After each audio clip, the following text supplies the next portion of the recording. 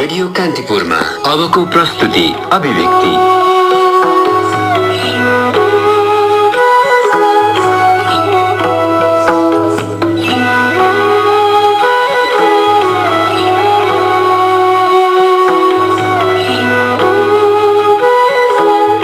एक मौलिक गायक आउनेछ रंगमञ्चमा, गुन्जनेछ राग प्रत्येक कुना कुनामा, काठका मुढा झैं निस्लोट सुतेका बाजाहरूमा जब पर्नेछ सिपालु औंलाहरूको स्पर्श, झङ्कृत हुनेछ अपूर्व नाद, बग्नेछ मूर्छना, फैलिनेछ आरोह अवरोह, तीव्र होसकी मध्यम तालमा हिँड्नेछ समय, सुरको लहर लहर व्याप्त हुनेछ यहाँ, सुरु हुनेछ एक अनुष्ठान फेरि र अहिल्या झैं शब्दहरू फेरि बिउजेर झुरमुराउनेछन्, शरीरमा बेगले चल्नेछ रक्त सञ्चार, हल्लिनेछन् हृदयका तारहरू र त्यो गायकीको रहनुलाई पछ्याउँदै भुनभुन भुनभुन समवेत स्वरको मौरीले गुन्जयमान हुनेछ परिवेश।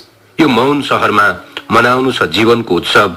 दर्शक दीर्घामा बसेका असंख्य श्रोताहरू मध्ये बेग र प्रतीक्षामा बसेको मानिस एक त म पनि छु। टाढा नेपथ्यमा कसको हो त्यो आलाप?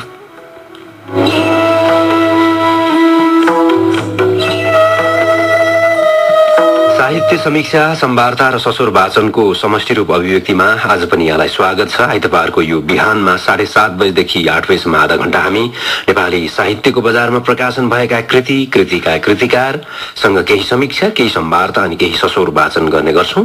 सहकर्मी कृष्णसँगै म भूपेन्द्र छु। मैले कार्यक्रमको सुरुवातमा गीत सुन्न बसेको मानिस शीर्षकको कविता सुनाएँ। सम्भवतः सञ्चार माध्यमबाट यो कविता पहिलो पटक निकै नयाँ कविता हो। कवि रमेश क्षितिजको कविता हो यो। कुनै संग्रहमा संग्रहण नगरिएको कविता। दाङमा जन्मिनु भएका कवि रमेश क्षितिज लगभग 3 दशकदेखि नेपाली कविता लेखनमा लागि पर्नु भएको छ। 2वटा कविता संग्रह, अर्को साँझ पर्खेर साँझमा, घर फर्किरहेको मानिस उहाँका प्रकाशित कविता संग्रह हुन्। आफै आफ्नो साथी भए गीत संग्रह, त्यस्तै क्षितिज गीती एल्बम उहाँका प्रकाशित कृतिको रूपमा छन्।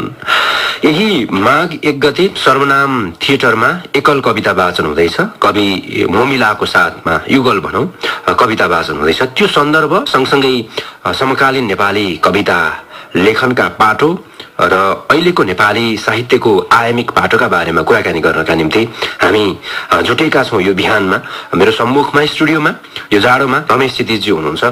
स्वागत गर्छु यहाँलाई। स्वागत छ आजको अभिव्यक्तिमा। धन्यवाद, नमस्कार। धादिङदेखि यहाँसम्म आग्रह गरेको छु मैले। सुरुमै प्रसङ्ग जोडिहाल्छु। यहाँको एकल कविता वाचन हुँदैछ। योभन्दा अघि पनि यहाँले जस्तो धरानमा यहाँको फ्यानहरूको क्लबले रमेश क्षितिज फ्यान क्लबको आयोजनामा एकल कविता वाचन पनि गर्नुभयो।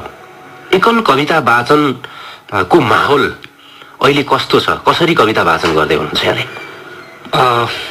धन्यवाद। मैले झन्डै मेरो लेखनको 30 वर्षमा अघिल्लो वर्ष धरानमा एकल वाचन गरेको थिएँ र अहिले मोमिलाजीसँग सँगै हजुर यो युगल वाचन पनि हुँदैछ।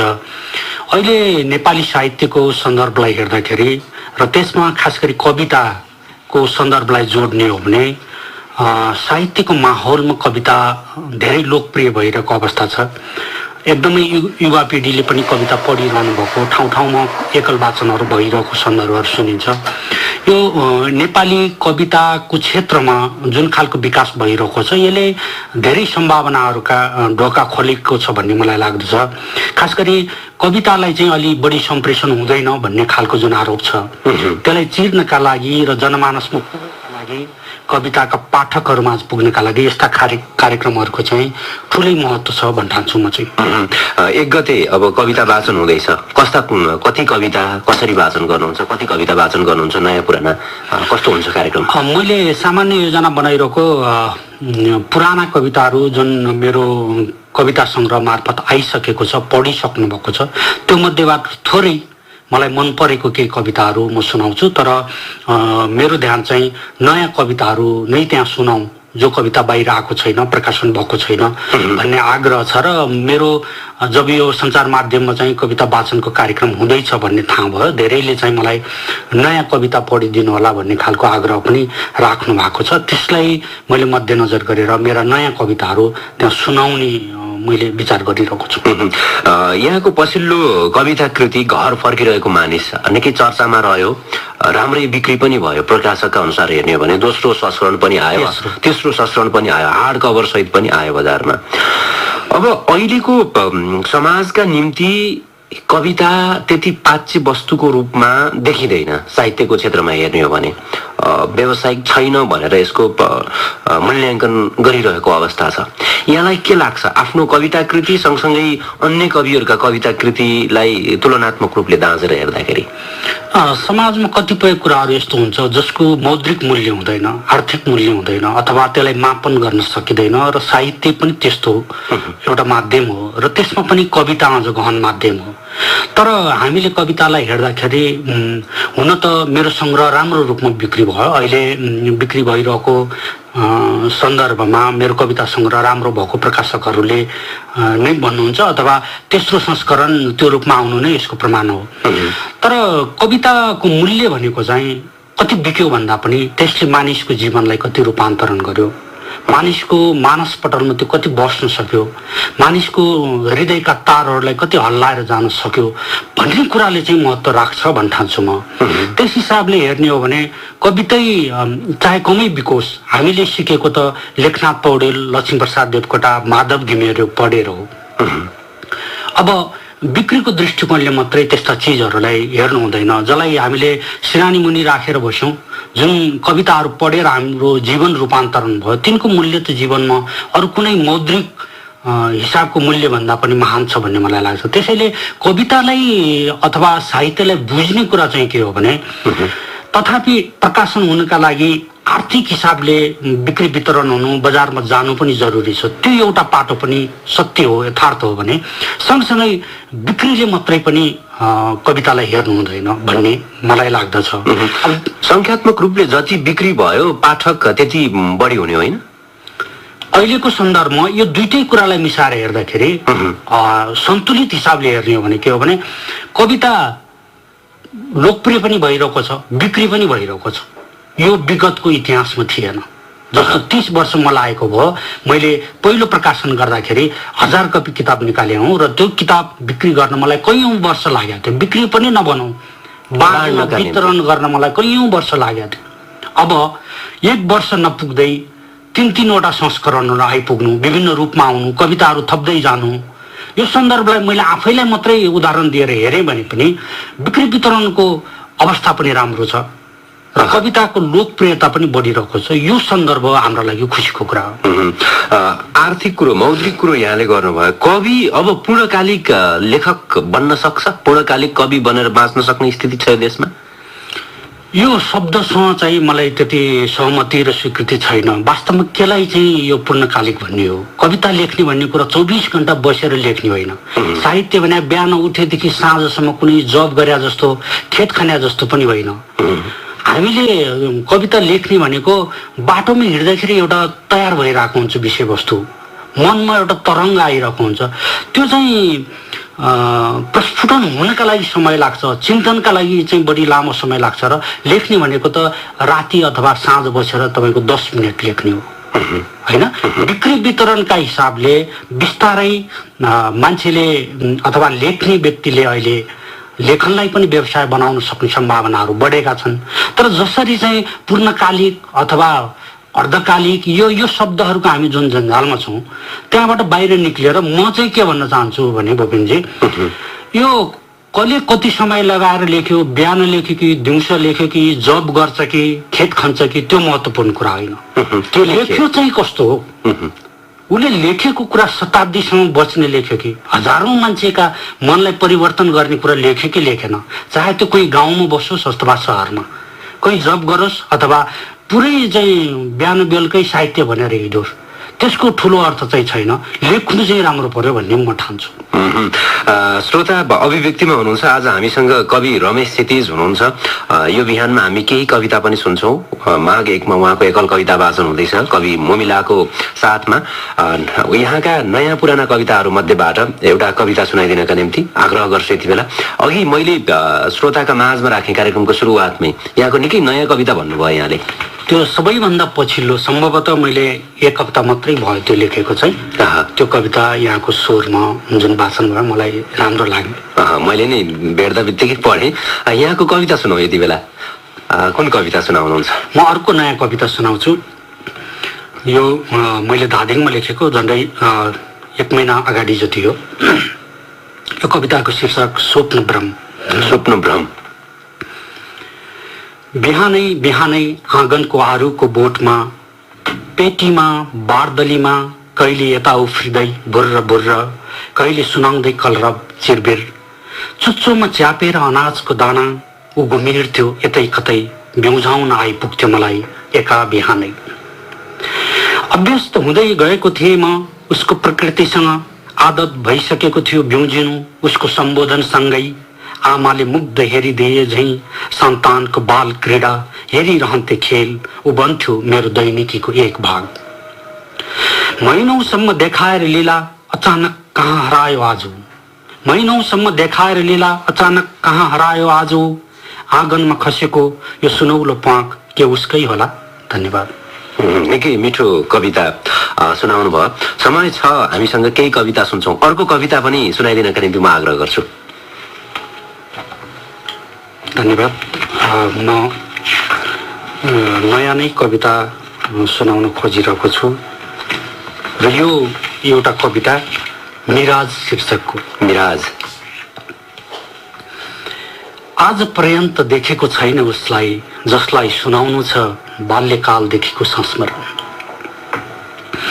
आज पर्यन्त देखेको छैन उसलाई जसलाई सुनाउनु छ बाल्यकालदेखिको संस्मरण। सुनाउनु छ एक प्रिय जीवन धुन, देखाउनु छ दुनियाँले नबुझेको एक अमूर्त चित्र, फैलाउनु छ उमेरभरि देखेको सपनाको न्यानो आलिङ्गन।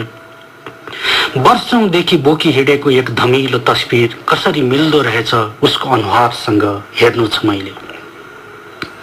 भेट हुन बाँकी मानिसलाई भेट्नु छ हजारौं पल्ट र पहिलो पल्ट कतै बस बिसौनीमा, ट्रान्जिटमा, घुम्तीमा, हिँडिरहेको बाटोमा, सिनेमा घरबाट निक्लिँदै गर्दा भिडमा वा कुनै भव्य विमोचन समारोहमा भेटेर चिन्नु छ मैले लेख्न बाँकी कविता जस्तो त्यो मानिस।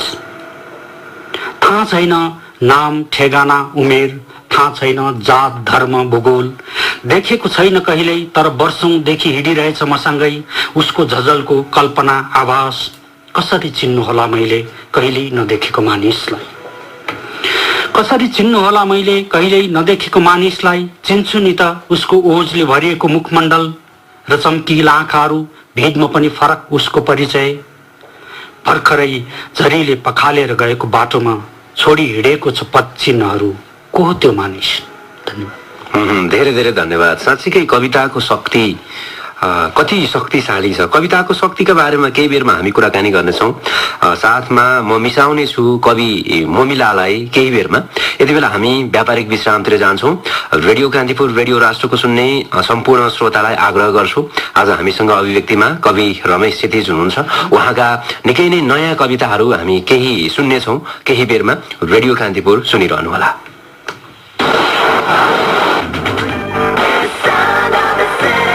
96.1 Kantipur FM.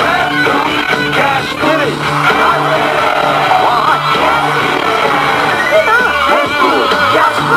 अब रेड बुल क्याश पुलको पुल अफरिङमा नगद पुरस्कार अझ धेरैलाई 1,20,000, 10,000 र 5,000 र थप नगद रु 1,000 पनि। अब रेड बुलमा क्याश जित्ने अझै धेरै one and only energy drink. सिद्धार्थमा स्वादको बहार, सिद्धार्थ स्वाद उत्सव 2070। आउनुहोस्, चाख्नुहोस् र भन्नुहोस्। यही पौष 19 देखि 28 गते 10 दिनसम्म सिद्धार्थका 10वटा आउटलेटहरूमा पुगौं, निःशुल्क स्वाद लिउँ र प्रतिक्रिया दिउँ अनि 10 दिनका स्वादहरू लिएपछि हाम्रो तर्फबाट उपहार स्वरूप पाउनुहोस् सपरिवार लाभिस लन्च। सिद्धार्थ स्वाद उत्सव 2070। कहिले घुमेको कपाल, कहिले दैछुल्ठो कपाल, कहिले लहराउने सलक्क कपाल, कहिले झैबाझै कपाल। यो कपाललाई अब त केही गर्न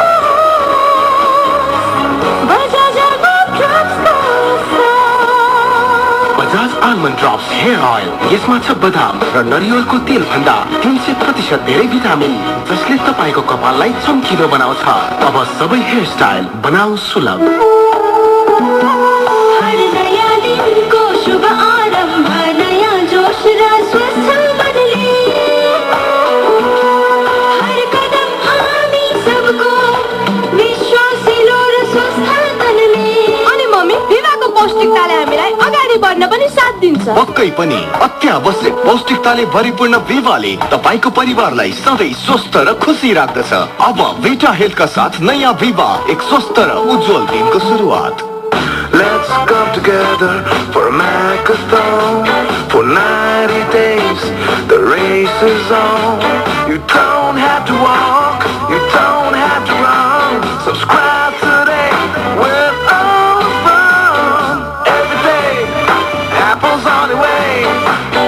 Back to back, you could win the Mac. Subscribe today to have it all. So join it and let the good times roll. Subscribe to the all-new Kathmandu Post and get a chance to win Apple products every day, every week, and every month for the next 90 days. Subscribe today. The Kathmandu Post, Nepal's largest selling English daily. कसैले चायाबाट मुक्ति पाउन यो shampoo राम्रो भन्ने, अनि कसैले त्यो। म त स्याम्पू चेन्ज गर्दा गर्दा हैरान भइसकेको थिएँ। आफूलाई चाया होइन, कपाल नै जाला भन्ने ठुलो डर थियो। तर जब 10 मध्ये 8 डर्मेटोलोजिस्टद्वारा सिफारिस गरिएको न्यूट्रियम 10 युक्त नयाँ क्लियर एन्टी ट्यान्ड्रफ स्याम्पू पाएँ, मेरो सारा पीर हरायो। यसमा भएको भिटामिन र मिनरलको सम्मिश्रण कपालको 3 तहसम्म जान्छ र चायालाई जरेदेखि मेटाउँछ र कहिले फर्किन दिँदैन। New clear anti dandruff shampoo. Whether you're in your car, at home, or at work, you got it going on. 96.1 Kanchipur FM. Radio कान्तिपुरमा यहाँहरू सुन्दै हुनुहुन्छ अभिव्यक्ति।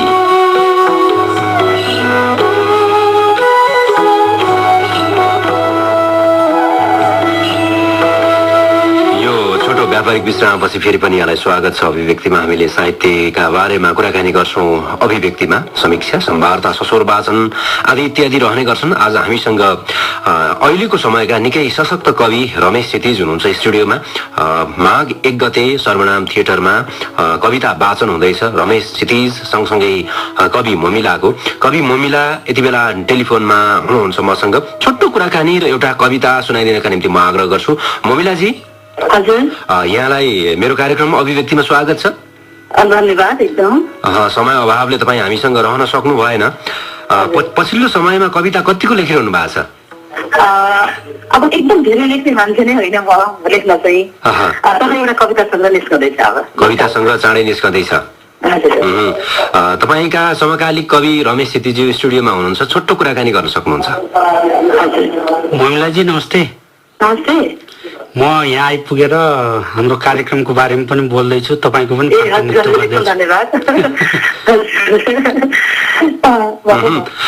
रमेश क्षितिज्यूको कविता सङ्ग्रह अघिल्लो वर्ष निस्क्यो, अब यहाँको अब निस्कँदैछ भनेपछि एउटा सुखद कुरा हो नेपाली कविता लेखनका निम्ति। यो बिहानमा यहाँहरूको यो एकल कविता वाचनको सफलताको कामना गर्दै एउटा कविता सुनाइदिनका निम्ति म आग्रह गर्छु मोमिलाजी। म यतिखेर मसँग एउटा छोटो कविता जो चाहिँ म मुखाग्रह छ त्यो कविता, त्यो म सुनाउन चाहन्छु। शीर्षक रोज्ने जिम्मा उहाँका तपाईँका श्रोतालाई जिम्मा दिन्छ है। ओके, हुन्छ। मेरो छाया भोग्छ मध्यान्नको सूर्य पीडा आफ्नै पैताला मुनि पिल्सिएर। छाया भोग्छ मध्यान्नको सूर्य पीडा आफ्नै पैताला मुनि पिल्सिएर। तिमी हिँड्ने बाटोमा पुरिएका छन् मेरा पीरहरू, दुख्यो कि तिमीलाई? उत्तरी दुखेसाहरू प्रकाशहीन गुफा बसेका छन्, उज्यालोको मस्ती मिल्यो कि तिमीलाई? ओहो, दुखेसाहरूको भिडमा एउटै दुखाइ काफी लाग्यो, सुन्दरताहरूको भिडमा एउटै सुन्दरता काफी लाग्यो, र आकांक्षाहरूको भिडमा एउटै आकांक्षा काफी लाग्यो। तर च्याउ उम्रे जस्तै आतंक उम्रिएको छ कुर्सीभरि। अनुवादित जुलुस, अनुवादित नारा, ज्यालादारी भाषण, कैदी भावना। ओहो, करार सेवा भयो देश शक्ति, अनिश्चित भविष्य सम्भावित गर्भमा। धन्यवाद। धेरै धन्यवाद छ। यहाँको यो कविता वाचन सँगसँगै हामी छुट्टिन्छौँ। समय दिनुभएकोमा धेरै धन्यवाद छ। धेरै धन्यवाद तपाईँलाई पनि। हस् त, नमस्ते। नमस्कार। कवि ममिलासँग म छुट्टिसकेँ। रमेश क्षितिज हुनुहुन्छ मेरो अगाडि स्टुडियोमा। कविताको शक्तिलाई हामीले केहीसँग पनि तुलना गर्न सक्दैनौँ भन्छौँ, समालोचकहरू पनि भन्छन्, सदियौँदेखि यो रहेको पनि छ। कविताको शक्ति एकातिर हेर्दाखेरि क्षीण भएर गइरहेको जस्तो पनि लाग्छ। जस्तो अहिले लामो समयदेखि कविता लेखिरहेका कविहरूको आख्यान मोह एकदमै बढी देखिएको छ कथामा, उपन्यासमा। यसलाई कसरी हेर्नुहुन्छ? यो एउटा सुन्दर प्रश्न हो भन्ने मलाई लाग्छ।